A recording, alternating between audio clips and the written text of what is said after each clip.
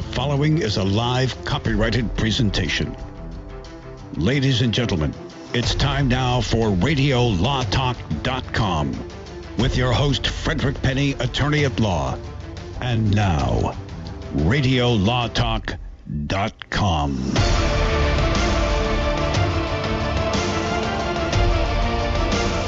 Call us at 855-LAW-RADIO. Again, 855-LAW-RADIO. Denise, that is what?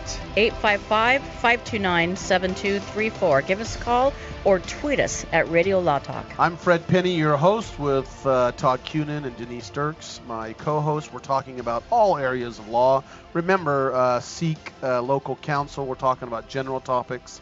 Do not try to use what we tell you today in a court of law. Even though we're pretty smart, it's not a smart thing to do. Remember, we're the most exciting, entertaining, and sometimes informative. That's what's important. Sometimes informative radio show on earth other than those wonderful, beautiful, entertaining, late-night alien shows. So that's what's important. Hey, listen, a couple of things we got to remember is next week, we miss Denise, but we like to fill in sometimes, and Denise is going to be gone next week. Please join us next week for a special guest, Mark Altomos from Cohen Feely, Altomos, and Rambo is the law firm. And I'm going to ask him why Rambo's not coming in the studio, but we're going to have Mark on. We're also, interesting, Monday morning, I will be at KMED 1440 AM in Medford, Oregon, on their morning show. They're going to interview me, and then in the afternoon, around 12, between 12 and 1, on the noon show at KYKN 1430 AM. I believe it's 1430, Salem, Oregon. I will be there. They'll be interviewing me about Radio Law Talk. So Oregon is going to have a bunch of Fred Penney coming up on Monday. So be prepared, those of you in Oregon, to shut your radio off. You know, that's you're talking to somebody who grew up in Oregon. I know, and you wish you were with me. I went to Medford High School till my 10th grade. Well, Grants Pass, Oregon. We're in Grants Pass. We're right on a station there, and I'm going to find it right now because I don't want to forget the name of the Grants Pass. We got such a big list. It takes me a while to find it, but we're going to find in Grants Pass Grants Pass, KCMD 99.3 FM in Grants Pass. So we're all around your hometown, Denise, and we love. Well, my hometown is Eugene. That's true, but you know all of Oregon. I mean, that's I do. You're an Oregon Duck, correct? I'm a Duck alumni, and what about the ones that don't like you? The Beavers. The Beavers, yeah. Well, I can tell you something off air. Corvallis. All right. I can't say it on the air. My uncle was a professor for many years. Okay. Yeah. So I like Oregon State. Yeah. Oregon State's a beautiful college. I like their football programs. I'll tell you what I like about Oregon State. Oregon State, the Ducks, have the coolest uniforms. Even my wife, who's not a fan of really sports, she's not a big sports, she always talks about, wow, their uniforms are always new and different. And it's because obviously Nike sponsors them, and that's where Nike's headquarters are. But they have the nicest uniforms pretty much in all the NCAA football. And that's Oregon, not Oregon State. Oregon State's the Beavers, right? No, that's what I said. Correct. I said Save University. Yeah. I said University of Oregon. Okay, so I want to make sure we're clear on that. Yeah. The other guys don't have as much money because Nike isn't there for them. I don't know. Does Nike help sponsor Oregon State? I don't know. No. They're really Oregon. Yeah, they're the Ducks, and that has actually been documented as being a big recruiting tool for athletes going to Oregon is the gear that they get. You're right. Because they play for the Ducks and because Nike sponsors them. And they look great. I'm telling you, they have the best uniforms. I love them. And speaking of gear, I'd like to plug NFL quarterback Aaron Rodgers. Aaron Rodgers donated latest state-of-the-art concussion-proof helmets to all of 3 high schools in the Chico area where he played high school football. And also to his former alma mater. Butte College or Cal? Either Butte College or Cal. Cal. It was Cal. He just got these helmets, and of course they had the Paradise Fire, they had all that stuff. he donated all those helmets. I think it's a big deal. He had a rough day. He had a rough day at the Monday night football game. Was it Monday night? But it worked Thursday. out okay. Yeah, they won. Yeah. They played the Bears. Yeah. All I know is I watched the game, and whew, Yeah. it was rough on offenses both sides. But we're going to talk about the El Paso Walmart shooting. The survivors are now suing Walmart. The San Francisco Pier killing case of Kate Stein. There is something going on there you have to hear about. And we got to talk about our Bud Light and Miller Coors corn syrup lawsuits, latest ruling by the judges. You got to hear this. I love that, and we're going to make sure we cover it this second hour. But before we do all that, we do our most important thing, which is case or no case. And Cal, roll case or no case. Now it's time to play Case or No Case. You know, all this talk of mascots and all that stuff just plays so perfectly into what our case or no case is for this hour. You remember Tony the Tiger, the mascot for Kellogg's Sugar Frosted Flakes, the guy who said, "They're great." Remember that? Remember that guy? it. Okay. Remember Exxon and their mascot, the Exxon Tiger? Well, in this case or no case, the Kellogg Company said the Exxon Tiger was too similar to Tony the Tiger. Even though both tigers have been emblematic of their respective brands for more than 30 years, Kellogg, for some reason, all of a sudden felt threatened by Tony the Tiger, concerned that children would mistake the gas station cat for the beloved beast on their cereal box. So after all of that, Kellogg sought legal counsel to see if they could protect their aged trademark from Exxon's Tiger. And I ask you, case or no case? And since Fred went first last time, Mr. Cunin, Yes. You are up to bat, and Denise, you're on deck. All right. So it is Kellogg suing allegedly Exxon for the confusion. Is that was that? Expressing concern that Okay. Exxon, because Exxon's Tiger in the Tank came after Tony the Tiger. All right. I'm going to say yes, this is a case. Okay. And you probably want an outcome. I'm going to go out on a limb and say no outcome yet, still pending. But the jurisdiction for this would be the Trademark Appeals Board. And so it's when I say a case, it's not that they filed one in a court. They filed it in front of the appropriate adjudicator Proper of channels, these yes. things. And it is with the I just had it right there, the Trademark Appeals Board, and it's still pending. That's what I'm going to say. Okay. Well, Denise, what say you? I do not know why I'm in agreement with Todd. Again, I really try hard not to get in his head. Well, You he do gets take in a yours canary. all the time, so it's okay. Okay. There's a trademark. There is a trademark court too, Right. and there's an appellate court too, and it stems out of the trademark. You know what? I'm gonna say no case. Good one. We could do something different. Now let's do Yeah. something different. Yeah, Okay, no fine. case. You're entitled All right, to am do I that. up? I believe you are. I'll tell you Mr. right now, I Penney. think I know why this is going on. You're saying, I don't know why this is going on right now. I'll tell you, because I believe I know enough about trademarks to get myself in trouble. It's a 30-year run, and I think it's coming up due the trademark, and therefore they have to fight this now. So I think it is a case because the trademark is running on Tony the Tiger. And I believe that is a case, and the winner is exactly what Todd said, is it's pending. We don't know yet. Well, I'm pretty fascinated by all of that. Denise says. Yeah. I'll tell you right now. Go ahead. Denise almost agreed with Todd, so we almost had synchronicity on our opinions. All I there, know is which I love cornflakes. And I tell you, when I grew up, we had not cornflakes, I mean Frosted Flakes. We had no money, Cal. No money growing up. And once a month, Mom would buy either Captain Crunch or Frosted Flakes, and In a big, huge container, yeah, right? and my brother would run down first and eat it, and he was eating the last part of the bowl. I still remember that. And I said, "That's not fair." He goes, "What are you going to do?" And he put it in his mouth and spit it back in and said, "That's mine now. I'm going to eat the last bowl." He goes, "You want it?" I said, "Sure." And I took it, and I walked over and I dumped it down the drain. Oh, man. That was an actual fact when I grew up. My brother, who is now a judge. We'll be right back after this. Well, at least he had a wise way of settling a dispute.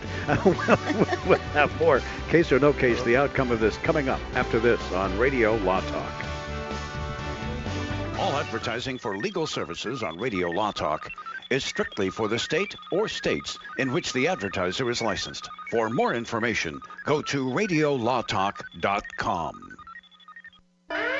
Warning, don't let your business get left behind in what is likely to be the biggest economic boom in recent history. If you need to build for your business to grow, call General Steel today for a pre-engineered steel building designed for your needs. No wasted space. Steel prices are expected to rise, but you can still lock in your price on a General Steel building. And you can still save as much as half the cost and time of conventional construction. As much as half. But you must call now. If you need a church building, office, warehouse, manufacturing space, retail space, or more, call General Steel today. You can still get the General's 50-year structural warranty and General Steel quality, all at a price you can afford. So don't let rising steel prices put your project out of reach and stop you from making your company great. 800-617-9312. 800-617-9312. 800-617-9312. That's 800-617-9312.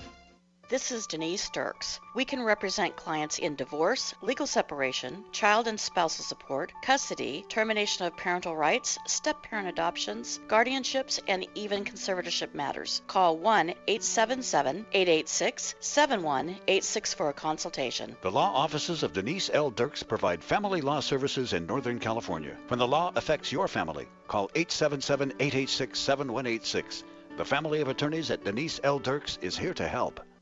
Jason Ross back here with Fred Penney, managing attorney from Penney & Associates Injury Lawyers. Now, Fred, what type of cases are you dealing with now, and what sets you apart? Jason, we help people with all types of personal injury cases. We're former insurance company trial lawyers. We understand the other side, which gives us a distinct advantage over our competition. Remember, we don't get paid unless we win. That's Penney & Associates Injury Lawyers with locations throughout California. For a free consultation, go to pennylawyers.com or give them a call, 1-800-616-4LAW. That's PENNEY lawyers.com.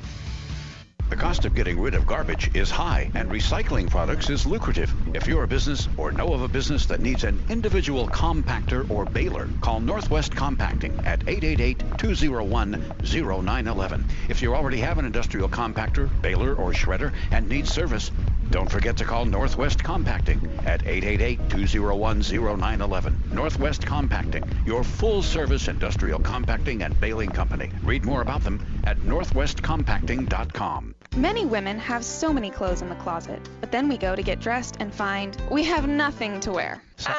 We've all been there. We all want to be comfortable and fashionable at the same time, and it's difficult to find clothing that makes that task effortless. But at Letty & Company, you can find trendy, comfortable clothing that is affordable. Things you'll want to wear every day. Shop with a purpose, online with free shipping. Just go to LETTYandcompany.com. LettyandCompany.com.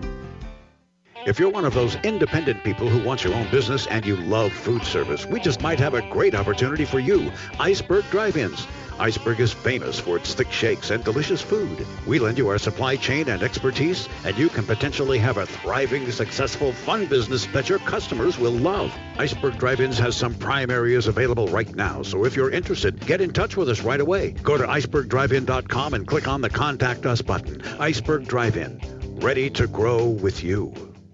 I am Cameron Levitt, Chief Operating Officer of Concussion Medical Clinic. California's first concussion medical clinic is now open. As concussions increase each year, there has never been a greater need for concussion specialists. Our physicians at Concussion Medical Clinic are board certified in pediatric neurology and sports medicine and have partnered with universities, hospitals, and rehab clinics to expedite the recovery process. Simply put, we are elevating the standard of care. When you need an expert concussion opinion or concussion care, visit concussionmedicalclinic.com to schedule your appointment.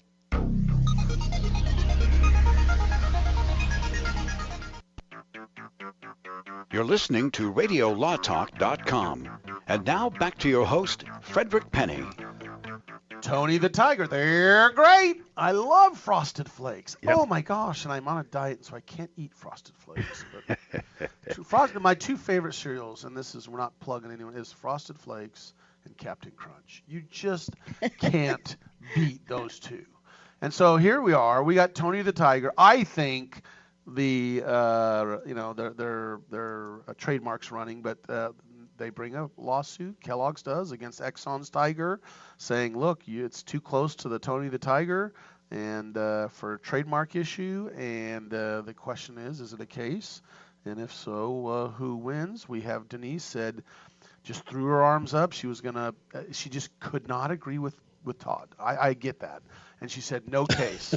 Todd said, case. I hope Denise wins, just to throw it at Todd. Too. I kind of wanted, I want my boys are weird thing. Yeah. And then Todd said case, and right now it's pending, so we don't know. And I followed you, Todd, and said case, but pending, because I think it all comes down to trademarks coming due on. That's really smart. Yeah, that's what I thought. Yeah. By the way, the case was filed in 2006. Boys are weird. I'm just going to play that for you now, Denise. All right. It's not a harbinger of anything. I'm just playing it because I know you like to hear it. I do. That's the one that I relate All to right. the most. Okay. Tell us. For those of you who say this was not a case, All please right. raise your hand, and I thank you for that. And oh boy, Denise. oh boy. 2006. Now, in the original bringing this to the district court, Exxon said, how could we infringe on Kellogg's rights because the parties have coexisted for decades? The district court thought the same thing, dismissing Kellogg's claims on the conclusion that Kellogg, as a matter of law, had acquiesced to Exxon's use of the Tiger. Ooh. However, the appellate court disagreed. Reinstated it. They finding that Kellogg's claims were entitled to proceed, the court held that the theory of progressive encroachment could explain and justify Kellogg's failure to take action earlier. Because it slowly encroached. Yeah, slowly encroached. Kellogg argued that Exxon's expansion in the 1990s into the sale of non-petroleum products under its cartoon tiger mark, food and beverages, represented a usurpation of their copyrighted item. Now, all right, good. I see. 2006. So what happened? Good question, right? I could not find a court-based outcome to this case. Settled. It's settled. But here's what happened. Exxon stopped using the Tiger. Kellogg has just barely now started reintroducing Tony the Tiger to market the sugar frosted flakes. But Exxon no longer uses a tiger in your tank or any of that stuff as their marketing. So I suspect, again, just based on empirical evidence, my guessing, because I searched. Maybe you got better. I don't have LexisNexis, so I couldn't find a real outcome. Or Westlaw. Yeah, but I suspect that Exxon and Kellogg said, you know what? Because remember, Exxon became Esso, and then because they had the Exxon Valdez thing, and they kind of rebranded themselves a little bit. So now Exxon no longer uses the Tiger. So I'm expecting that part of that may have been due to the court case. Did it used to be called? Okay, I'm looking up old images of Frosted Flakes. Yeah. So okay, now you said the word sugar. Everything they're taking out, like Sugar Smacks. Remember Sugar Smacks? They don't call them that anymore. They call them Honey Smacks. Right, high energy smacks. Yeah, and then no Honey Smacks because the word sugar is bad now in nowadays society. Yeah, and I love the Calvin and Hobbes where they call them chocolate sugar frosted buzz bombs. Yeah. Yeah. So did they used to call them, if you guys know, it's 855 Law Radio, if you can help us. Did they used to call them sugar frosted flakes? I don't know. I'm looking it up right now. I'm pretty sure they did. Yep, here it is. I'm looking at a 1953 box. Kellogg's Sugar Frosted Flakes. You bet.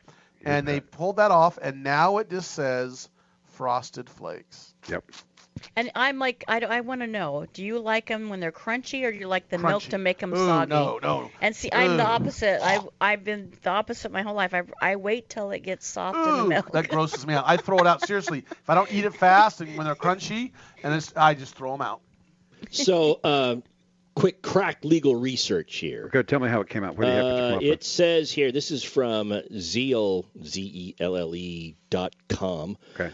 Soon after the district court's rulings on Kellogg's dilution claims, where they said it could go, the parties settled the case. Okay, but it did go to the sixth appellate. It did go to the sixth appellate, so they did settle after that. Okay, so do they get 2 points? One. Only one. I said it was still pending, and it's not. One each. So okay, we do know one thing. It's called Frosted Flakes and not Sugar Frosted Flakes anymore. And I'm happy for Tony the Tiger. He is my friend. Yep, and that is case or no case for this hour. Hey, we need to, here's an issue. Okay, I knew this. The Walmart shooting in El Paso, Now the lawsuits have not officially been filed, but they're saying they're filing them.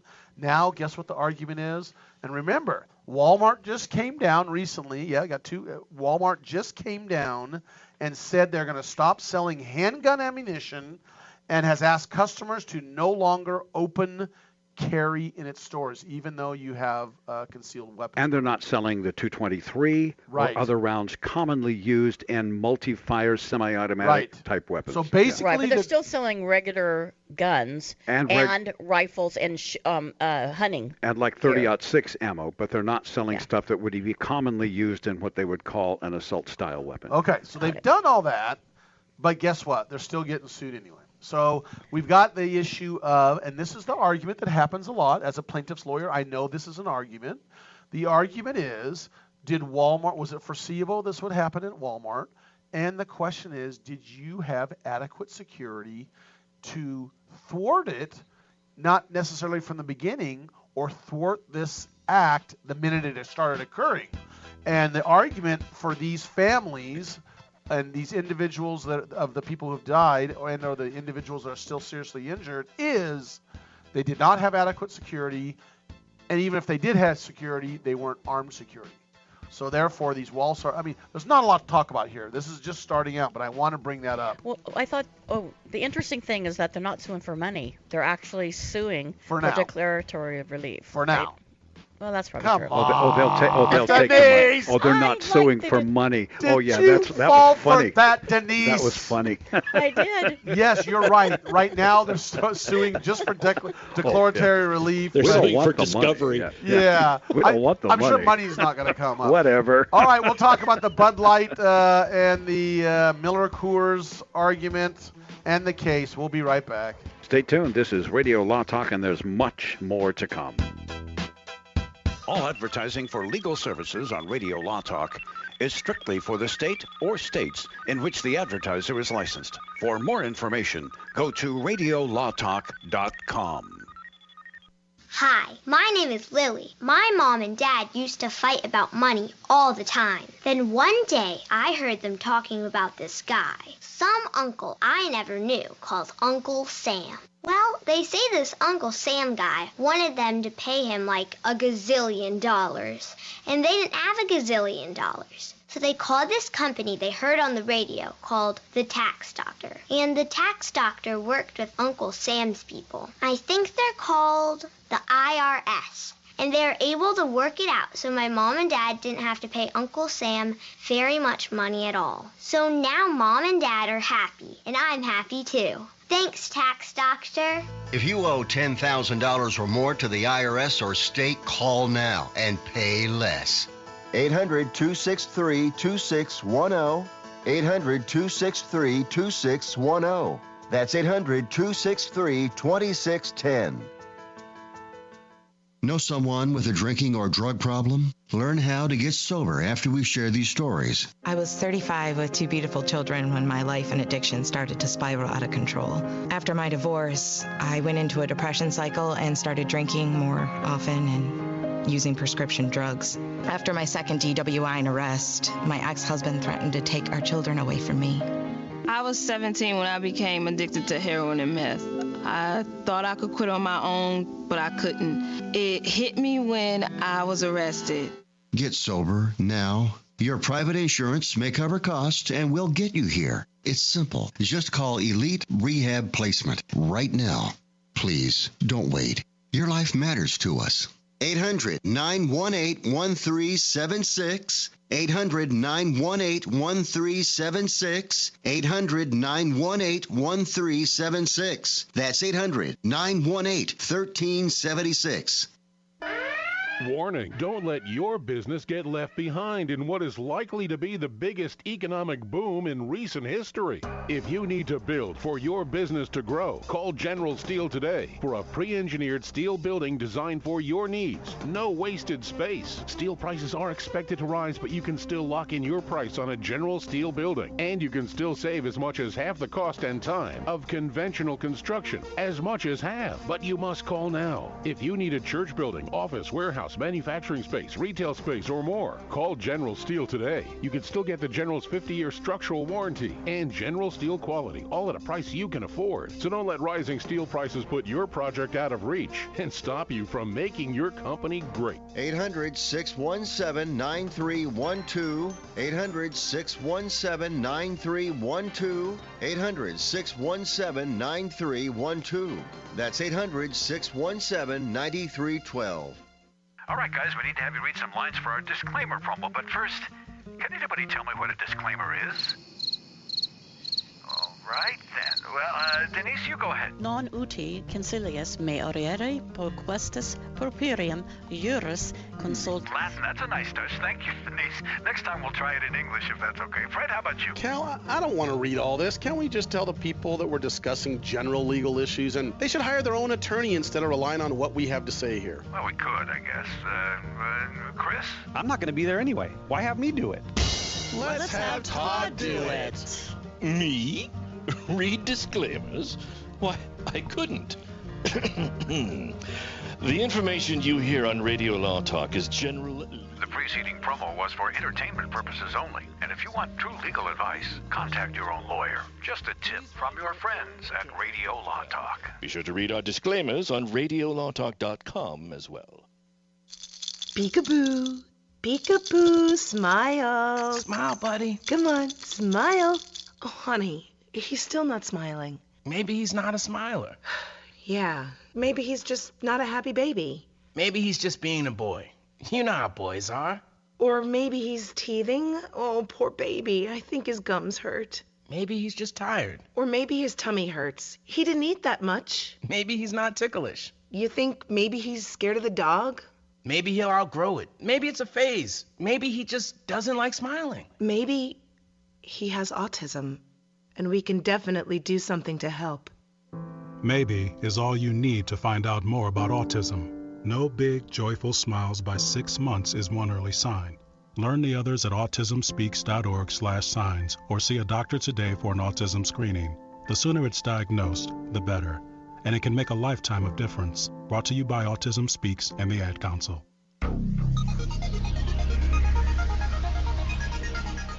Are you serious? Time to get back to Radio Law Talk on radiolawtalk.com and on your favorite radio station.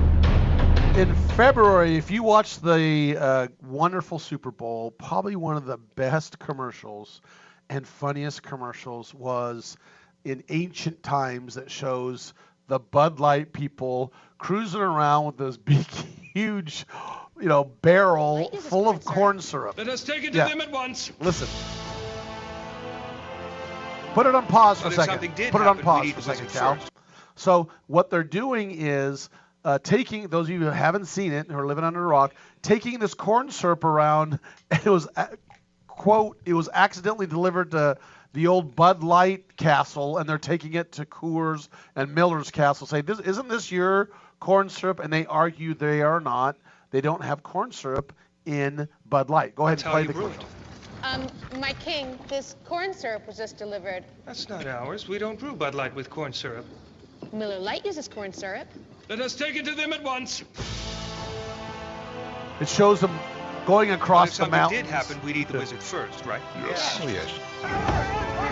Oh, brewers of Miller Lite, we received your corn syrup by mistake. That's not our corn syrup. We received our shipment this morning. You're joking. Try the Coors Light Castle. They also use corn syrup. You guys see it, this all old medieval. Can you smoke outside?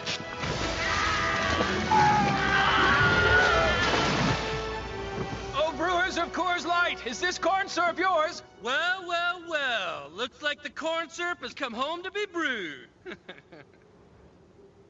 That's it. That's it. So anyway, that commercial alone has sparked lawsuits galore between Coors and Miller and Bud Light. Now, how this occurs is during the fermenting process. Apparently, Coors and Miller do use a corn syrup type base, but it's during the fermenting process. So there's no corn syrup, I'm giving the overall general picture, in the beer. It's just for the fermenting process, where apparently Bud Light doesn't do that, but still they're claiming and arguing that Bud Light's misleading the consumer in thinking that they have corn syrup in their beer, which it's not in the beer, it's just in the fermenting process. Therefore, they sued, and here's the most interesting thing about this whole thing. Guess what? So, Miller and Coors win this part of the lawsuit that we're thinking, wow, it's a huge hit on Bud Light, who says they're going to appeal, and Miller and Coors win, in the court said, it was a Wisconsin federal judge, said they have a certain amount of time to take the word no corn syrup off their packages. That's Bud Light's packages, because it insinuates the other guys, Miller and Coors, have corn syrup. Now, that alone, legal argument, I don't follow that, Your Honor. I don't follow that, because why can't Miller and Coors put "we have no corn syrup in ours too" on their labeling? But the weird thing is the judge said that insinuates your competitors have it on theirs. I'm like, what? I mean, that is the weirdest thing. And then to top it off, let me finish my final point. Yeah. To top it off, no, go ahead. Top it off. What's the big issue there? So he tells them to take it off. I'll let Denise finish. He tells them to take it off their packaging, but he says you guys can use the rest of the labels that you've got. You know, so he takes away that penalty, if you will, and then they leave the underlying Bud Light commercial that was played at the Super Bowl in place.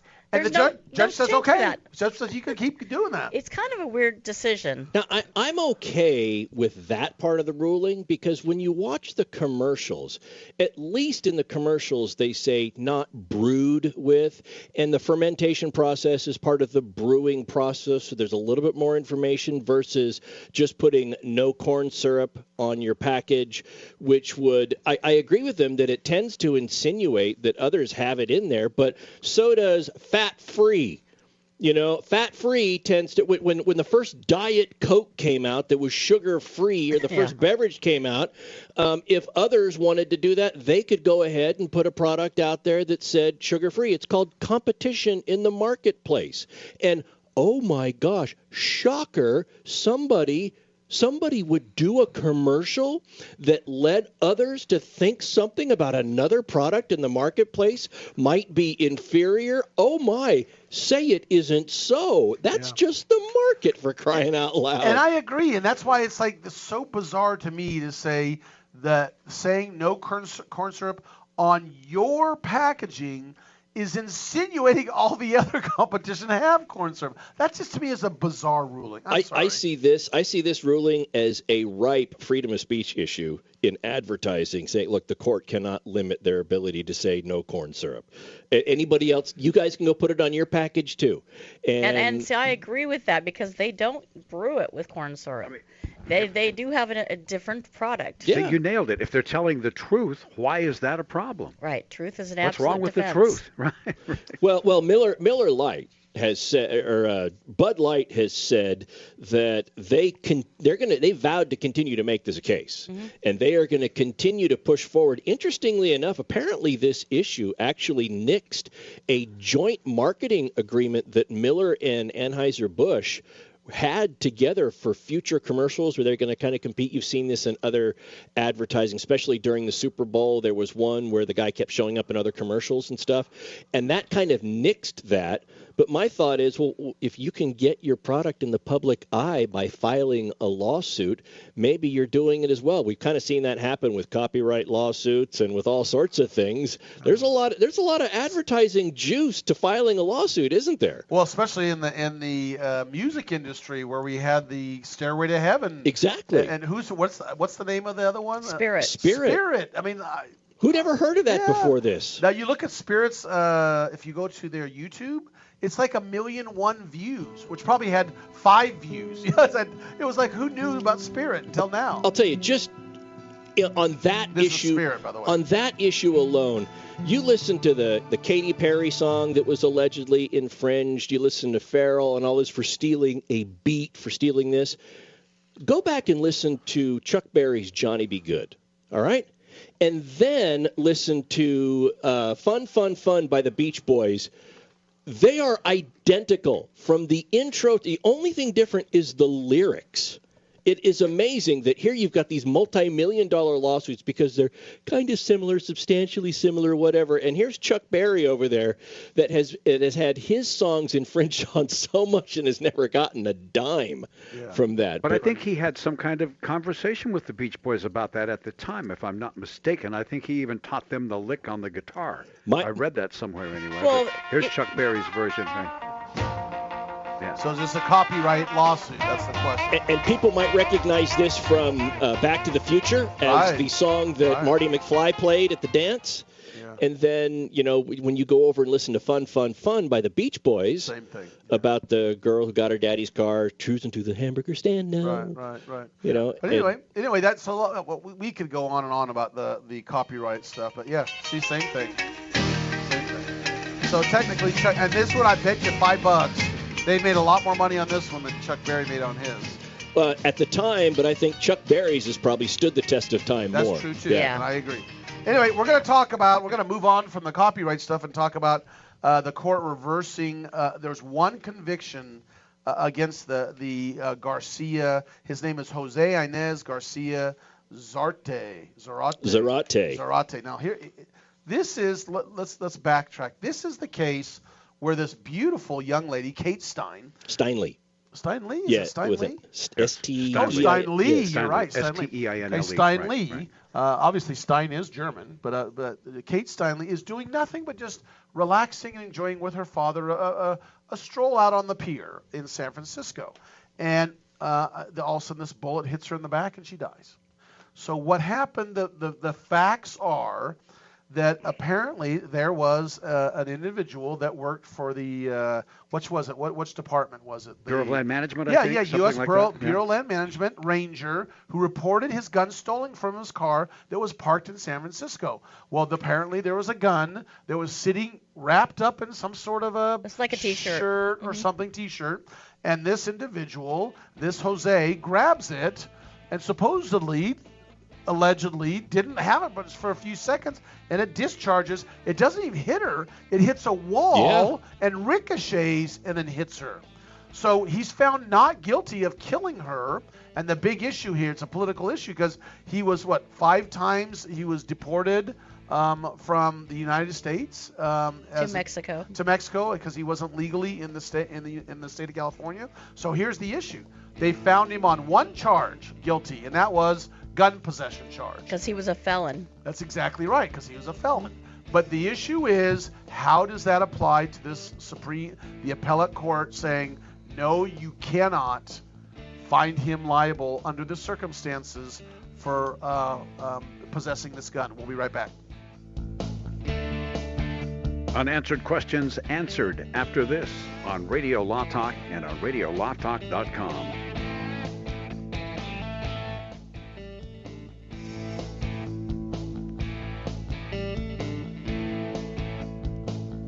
Like, how will they perform a mammogram when I'm in a wheelchair? Plus, I worried about how cancer would affect my husband and caregivers. But friend, if you have a disability like me, it's important that you not let these concerns deter you from being evaluated by a medical professional. Speak with your doctor about the importance of mammograms and self-exams, and then visit disabilitycampaign.org to download free resources on breast cancer prevention tips, including how to prepare for a mammogram when you have a disability. Again, that's disabilitycampaign.org.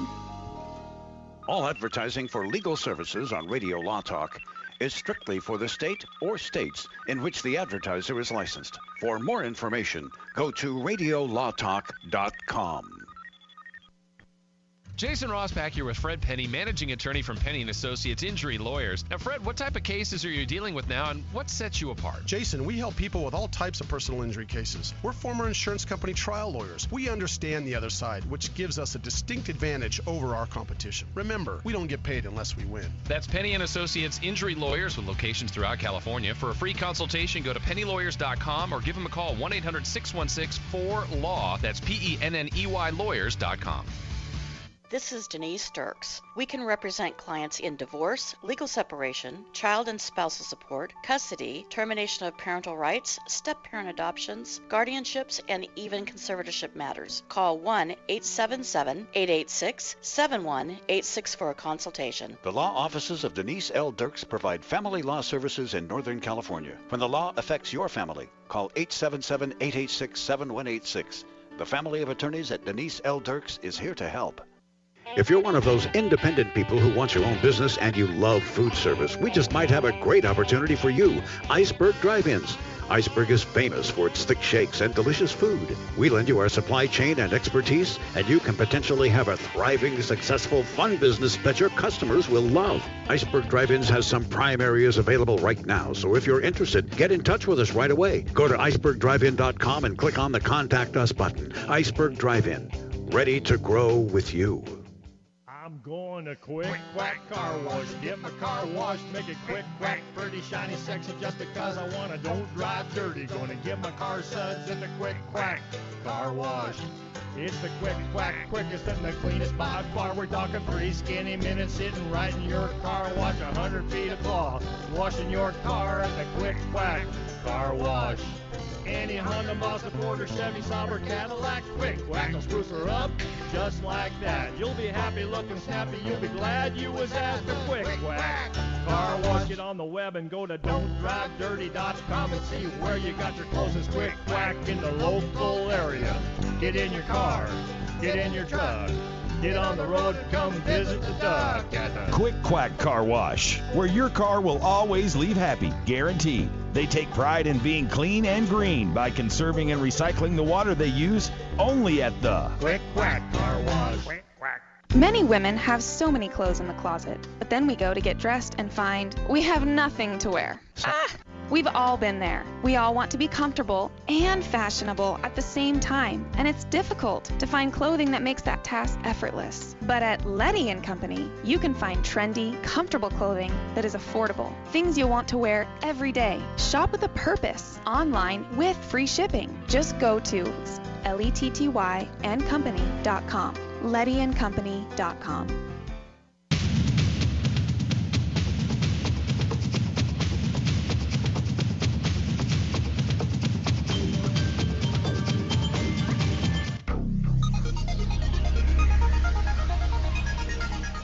If you pay my fee, I'll take your case.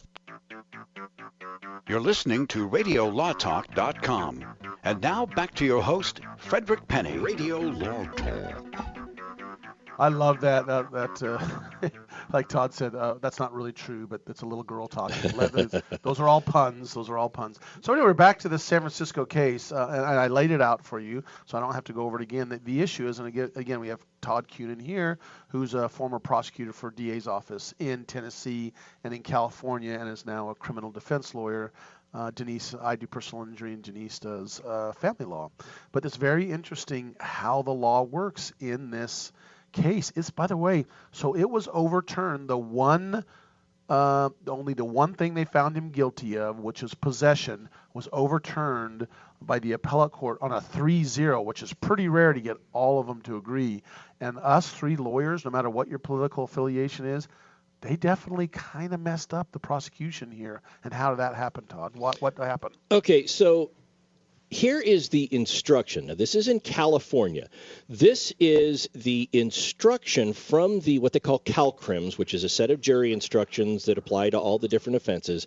This is what the judge reads to the jury. Now, the first part of what I'm going to tell you is what the judge tells the jury the prosecution has to prove. Now, mind you, every element that the prosecution has to prove has to be proven beyond a reasonable doubt. So the people have to prove that the defendant, Mr. Zarate, possessed a firearm. Okay, now possession can be holding it. Okay. 2, that he knew that he was in possession of a firearm. And 3, that he had previously been convicted of a felony that prevented him or had a condition that prevented him from possessing it. So the first issue here is whether or not the prosecution proved beyond a reasonable doubt that Zarate knew that he was in possession of a firearm. Now, the facts here are that he picked up a T-shirt, didn't know what it was, and it went off. Okay? The prosecution's argument is he had to have known what it was because the only way it could have gone off was if he pulled the trigger, if there was a trigger pull, and even if he couldn't see it through the T-shirt, the trigger pull would have been enough to let him know that he was in possession of a firearm, and so that is enough there. Unless he picked it up and what is this? Good click. Oh, that's what he did, right. and then he threw it down. Yeah. And that's the claim of the defense. Yeah. That's not a point of fact. That's the claim of the defense, right? Now, again, the prosecution has to prove these elements beyond a reasonable doubt. Now, if the prosecution has proven that a person, or if the judge believes there's sufficient evidence to meet this burden, then the defense is entitled to the following instruction about momentary possession. And what the judge would read the jury is, look, if you find that he possessed a firearm, it is not a violation of law if the defense can establish the following: that he possessed the firearm for only a momentary or transitory period, and that he only possessed it with the intention of destroying, abandoning, or disposing of it, and he didn't, lastly, intend to prevent law enforcement officials from doing this, from taking the firearm. Or really didn't even know that it was in there. Yeah. Now, interestingly enough, the prosecution has to prove its elements beyond a reasonable doubt, but the defendant only has to reach the preponderance standard to prove his defense. Which is? Which is, if the jury basically 51% believes the defendant, then his defense works. Now, the problem with this case and what went up on appeal is that the defense wanted this instruction. They wanted this instruction about momentary possession as a defense, and the judge didn't give it. To the jury, you mean? He didn't give it to the jury. And the reason why was the prosecution argued that because it required a trigger pull to fire the gun, then it was more than just possessing the gun with the intent to destroy, abandon, or otherwise get rid of it, and that it was transitory. It was too long of an instance because the trigger would have had to have been pulled, and the judge agreed with them. And in my opinion, I think the appellate court got it right. I know that people are going to be angry because of the outcome and what happened with her, but really, I think that prosecutors have to be careful of this. If you win a case by prevailing on a very questionable legal argument, what are you really doing to the integrity of your conviction? Because you're just opening it up for appeal down the road. No case should ever be won, in my opinion, in a criminal case. No case should ever be won because the prosecutor has a silver tongue, because they could, sell sand to people that live on a beach, because they could sell ice to Alaskans. Evidence should be what prevails in a case because of the consequence of that. The defense attorney can be all smooth all they want. You can be smooth in civil cases all you want, but in a criminal case, it's the evidence. And if the evidence is that there might have been transitory possession, trust the jury, let them figure it out. That's what we have that's what we have this for. Just my take on it. And I think that's interesting because my evidence would be Kate Steinle's still dead at the hand of a person who was in the country illegally and had been ordered to be out of the country 5 times. The core argument is not whether he had the gun, but if he were not in the city where he didn't belong in the first place by law, could this have even happened? But he was. But he was. But you can see where you right. would. I you agree. Can't remake the facts. That's the problem. Yeah. It is what it is. Right, I agree with what you're saying wholeheartedly, Cal. I understand that that's the sentiment. Right. And that's why, we've talked before on Radio Law Talk in California, and every state has their own, about relevancy for certain evidence, right? And when it comes to a felon being in possession of a firearm, the only relevant evidence on that specific charge is this. Are they a felon that prevents them from having a firearm, and did they possess one, and did they know they possessed it?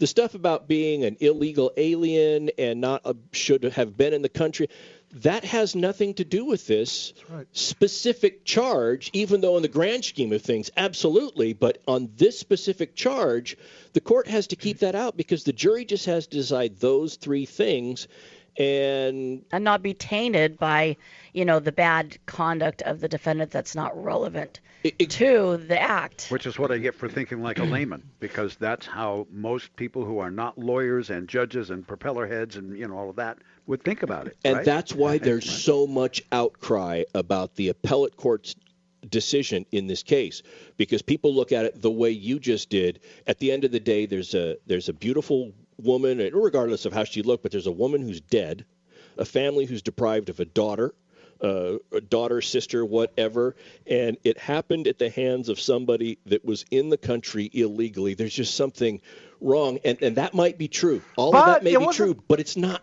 what happened. It's not the issue on this specific case. Yeah, I mean, it could have been a priest that picked up the T-shirt and accidentally set off the gun and then threw it down, and Absolutely. Then there would be nothing of that. But to use your retort, but it wasn't.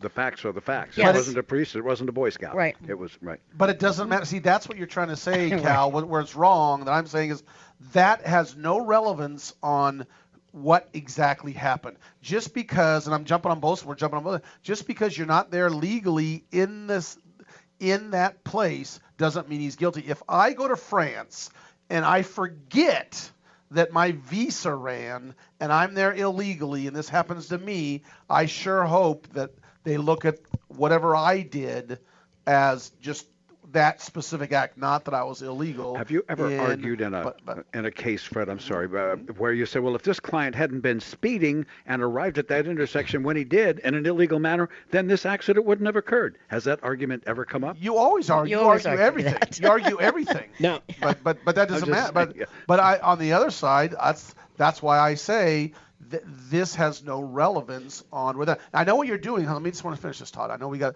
855 Law Radio if you want to talk about this. But it comes down to this. Everyone's upset because he had just got out, which he shouldn't have been out because of a sanctuary city issue. And that's another issue. And really quickly, Cal, this isn't over for Mr. Zarate because your claim that you talked about is a federal claim, which he is still talking about under 18 U.S. Code 922. An illegal alien cannot be in possession of a firearm, and that has yet to be tried. Right. So this isn't over. Right. Even if he gets a federal issue. Yes. If he gets off on the state court, the feds are after him. Yes. And so, those of you who are upset about this, the feds are coming. So anyway, we had a great hour. That was fun. We had a lot of things to talk about. It was interesting. It was informative. And sometimes we play around. But we'll talk to you next hour. If your station is not covering us, go to live, www.radiolawtalk.com. We'll be back. Thanks for turning on Radio Law Talk. There's another hour to come as we stream live on radiolawtalk.com.